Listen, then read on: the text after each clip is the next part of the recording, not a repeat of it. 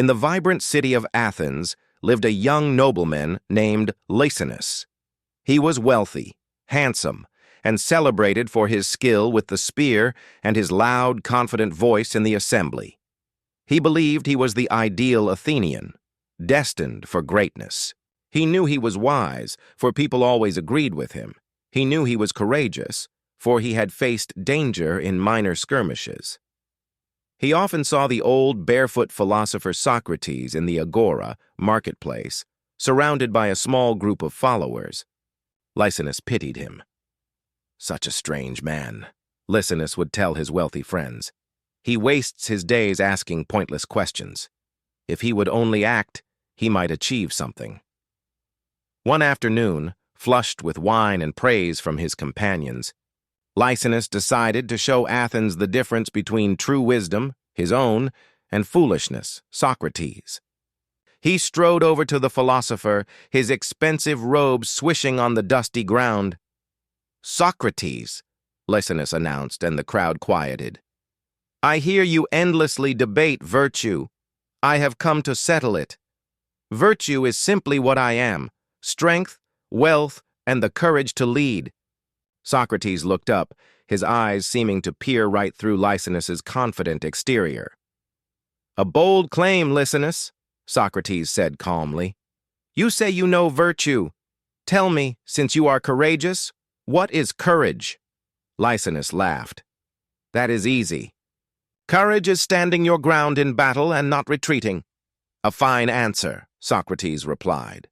"But tell me, are the Scythian cavalrymen who famously fight by attacking, then retreating, then attacking again, are they cowards?"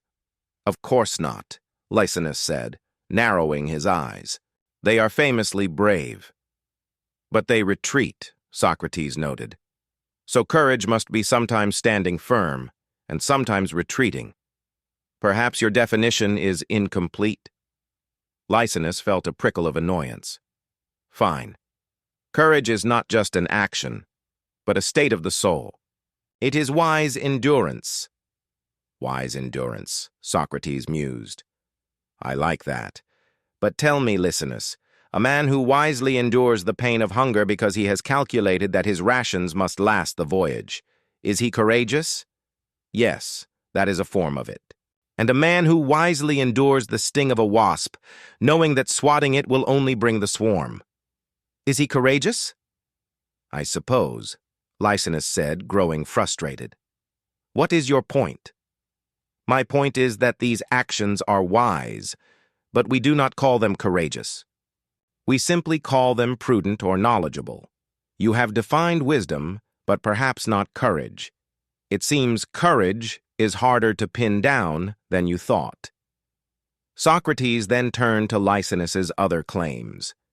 "You say you are wise because men agree with you, but do they agree because you are right, or because you are wealthy and powerful, and they wish for your favor?" Lycinus flushed red.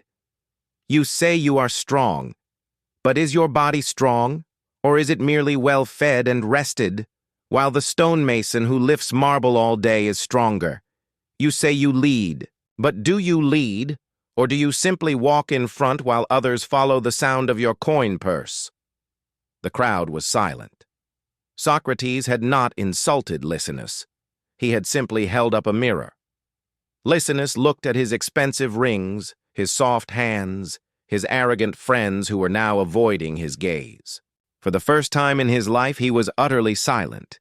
He had come to the agora believing he was a lion, only to discover he was a parrot, repeating words he did not understand.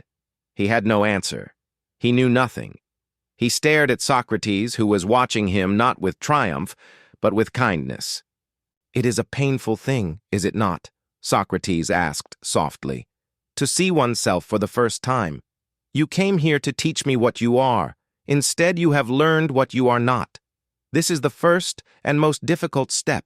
The inscription at Delphi does not command you to know your strengths. Oh, it commands you to know Thyself, your ignorance, your flaws, and your true motivations." Lycinus gave a single, humbled nod. He turned and walked away from the crowd, his fine robes feeling heavy and foolish. He had lost the debate, but he had gained something far more valuable, the beginning of wisdom.